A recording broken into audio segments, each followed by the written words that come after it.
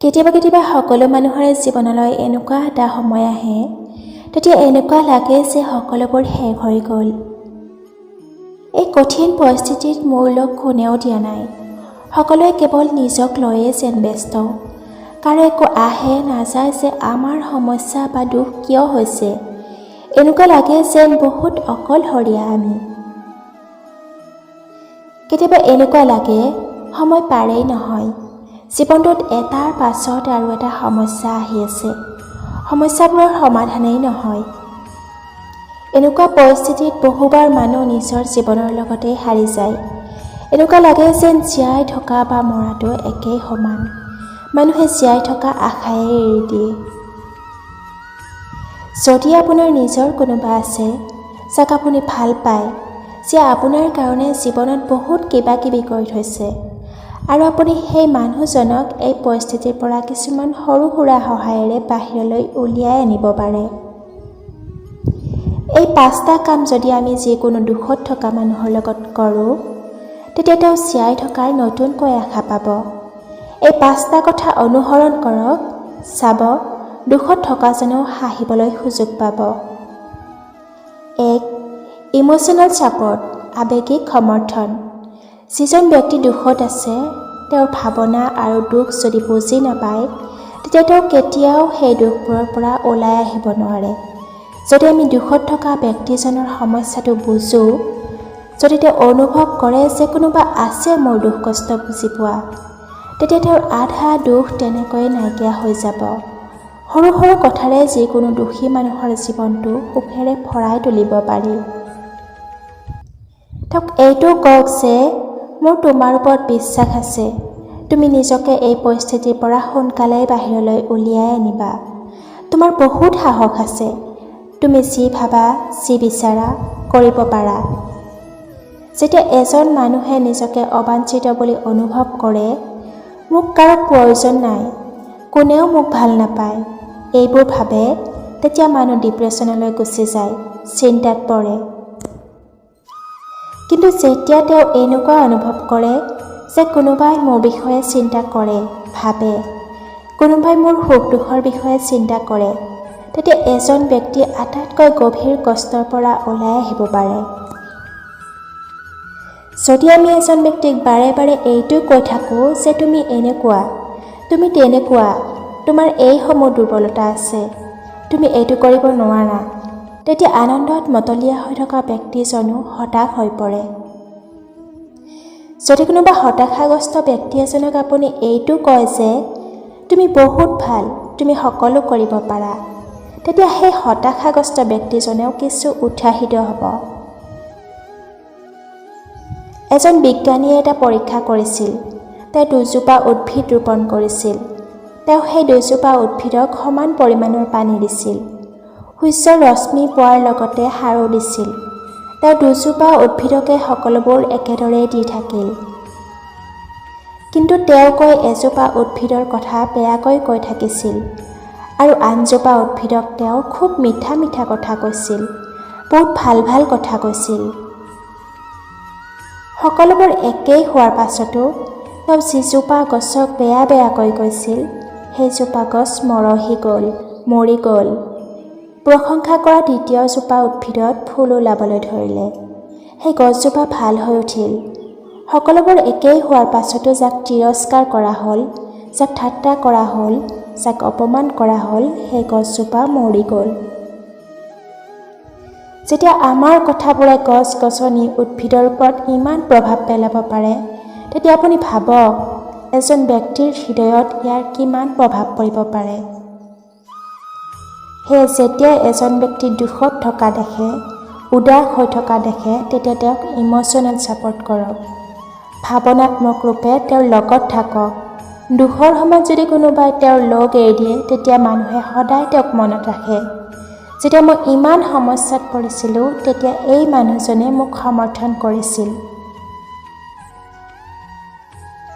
যেতিয়া কোনোবাই এনে পৰিস্থিতিত তেওঁৰ লগ এৰি দিয়ে, তেতিয়াও মানুহে সদায় তেওঁকো মনত ৰাখে, যাৰ বাবে মই সকলো কৰিছিলোঁ।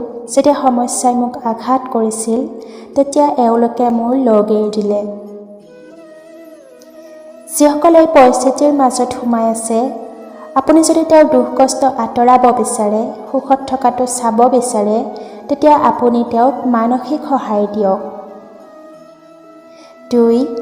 যেতিয়া এজন ব্যক্তি এনে পৰিস্থিতিত থাকে, তেতিয়া আপুনি তেওঁক কওক, চিন্তা নকৰিব, ভয় নকৰিব, আমি আপোনাৰ লগত আছোঁ, মই আপোনাৰ লগত আছোঁ।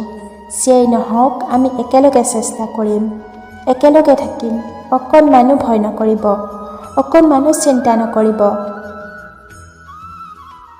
যিকোনো হতাশাগ্ৰস্ত বা ভাগি পৰা ব্যক্তিক মাত্ৰ এইটো কৈ দিয়ক, দেখিব তেওঁ জীৱনত মহৌষধিৰ দৰে নতুন শক্তি পাব।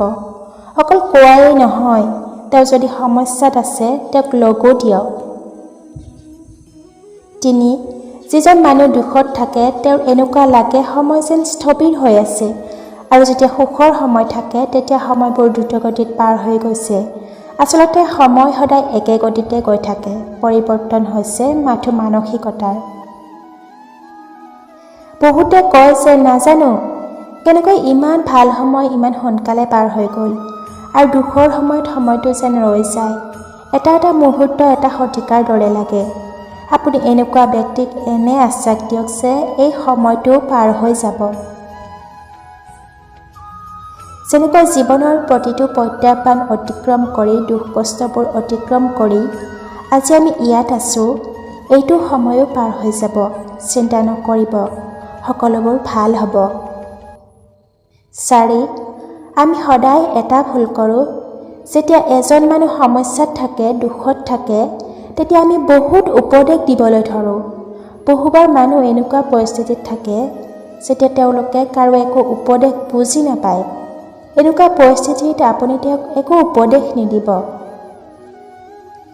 অকল তেওঁৰ কথাবোৰ শুনক, অকল তেওঁৰ সমস্যাবোৰ বুজিবলৈ চেষ্টা কৰক। এনেকুৱা পৰিস্থিতিত আপুনি একো কোৱাৰ প্ৰয়োজন নাই। যদি তেওঁ নিজৰ সকলো দুখ সমস্যা আপোনাৰ আগত কৈ দিয়ে, যিবোৰ তেওঁ নিজৰ হৃদয়ত থৈ দিছে, তেতিয়া তেওঁৰ সকলো দুখ আঁতৰি যাব। এনেকুৱা পৰিস্থিতিত উপদেশ দিয়াতকৈ বেছি ভাল আপুনি তেওঁৰ কথা শুনি তেওঁৰ দুখ দূৰ কৰক। 5. যেতিয়া এজন ব্যক্তিয়ে সমস্যাৰ সৈতে যুঁজি থাকে, দুখত থাকে আৰু ইমান বিচলিত হৈ যায় যে তেওঁ বাহিৰলৈ ওলাই আহিবলৈ কোনো উপায় দেখা নাপায়, যদি আপুনি বিচাৰে যে তেওঁ সোনকালে দুখৰ পৰা ওলাই আহক, তেতিয়া আপুনি এই কামটো কৰক। তেওঁক তেওঁৰ গুণবোৰৰ বিষয়ে কওক, তেওঁক কিমান বিশেষ তেওঁক সেইটো কওক, তেওঁক কিমান ভাল তেওঁক সেইটো কওক। তেওঁক এইটো কওক তেওঁ যি পাইছে সেইবোৰ বহু মানুহেই পোৱা নাই। কাৰণ যেতিয়াই এজন ব্যক্তি হতাশ হয়, দুখত থাকে, তেতিয়া তেওঁ অনুভৱ কৰে যে তেওঁৰ জীৱনৰ সকলোবোৰ বস্তুৱেই ভুল। তেওঁ নিজৰ মাজতো সকলো ভুল দেখে। যেতিয়া আপুনি তেওঁক তেওঁৰ গুণবোৰ মনত পেলাই দিয়ে, ভাল কথাবোৰ মনত পেলাই দিয়ে, তেওঁ যি পাইছে সেইবোৰ কথা মনত পেলায়, তেতিয়া যিকোনো মানুহ যিমান দুখত নাথাকক লাগিলে তেওঁ সকলো পাহৰি যাব আৰু তেওঁৰ জীৱনত নতুন এটা জীৱন আহি পৰিব। জীৱনত দুখ যিমানেই ডাঙৰ নহওক, আপুনি যদি সাহসক তাতকৈ বেছি কৰি তোলে, তেতিয়া কোনো দুখ আপোনাৰ ওচৰত তিষ্ঠি থাকিব নোৱাৰিব। মনত ৰাখিব, যদি আপুনি হাৰ মানি লয় তেতিয়া দুখ জিকি যাব। যদি আপুনি জিকিম বুলি ভাবি ল'লে তেতিয়া দুখ হাৰি যাব। জিকিব বিচাৰিলে সাহস থাকিব লাগিব, যুঁজিব লাগিব আৰু আগবাঢ়ি যাব লাগিব। সেইকাৰণে যি সময় চলি আছে, যি পৰিস্থিতি চলি আছে, আমি শপত ল'ব লাগে যে কাইলৈ লাগিলে যিয়েই নহওক, এই সময়ত বা এই পৰিস্থিতিত আমি সুখত থাকিম, হাঁহি দেখুৱাম। জীৱনটো ভাল কৰিবলৈ গোটেই জীৱন আছে। আহক সেই সময়খিনি ভাল কৰি লওঁ, য'ত জীৱনটো ৰৈ আছে। লাগিলে যিয়েই পৰিস্থিতি আহক, আপোনাৰ সিমান শক্তি আছে যে আপুনি সেই পৰিস্থিতি পাৰ কৰি যাব পাৰে। সকলো দুখ কষ্টৰ পৰা আপুনি নিজকে উলিয়াই আনিব পাৰে, কাৰণ আপুনি গোটেই জীৱনটো এনেকৈ দুখ সময়বোৰ অতিবাহিত কৰি আহিছে আৰু ভৱিষ্যতেও পাৰিব।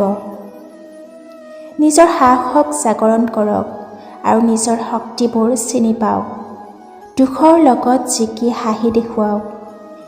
এনেধৰণৰ বহু কথা জানিবলৈ মোৰ চেনেলটো ছাবস্ক্ৰাইব কৰিব। লগতে ভিডিঅ'টোৰ কথাবোৰ যদি ভাল পাইছে তেনেহ'লে লাইক কৰিব, কমেণ্ট কৰিব আৰু সকলোৰে লগত শ্বেয়াৰ কৰিব। ধন্যবাদ। জয় আই অসম।